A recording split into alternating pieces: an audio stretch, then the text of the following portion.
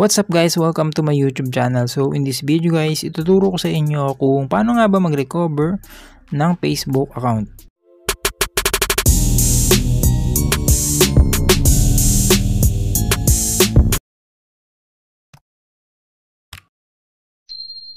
So yun, unang open muna natin yung Facebook app.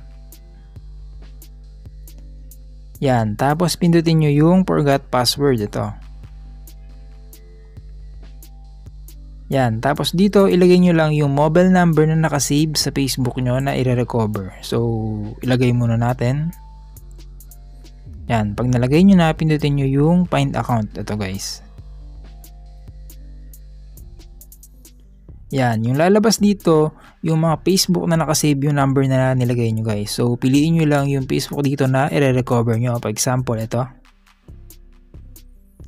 Yan, tapos dito pumili lang kayo dito kung saan isasend ni Facebook yung code para ma-reset natin yung password. So for example ito, then pindutin nyo yung continue pag nakapili na kayo. So yan. Yan, tapos dito nyo ilalagay yung code na isasend sa inyo ni Facebook, then pindutin nyo yung continue.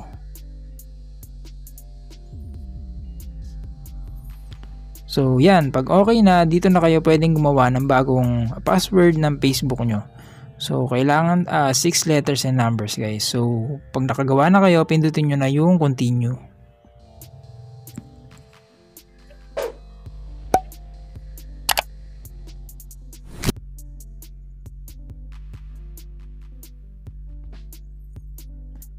So yan guys, na-recover na natin yung Facebook natin guys. Yan.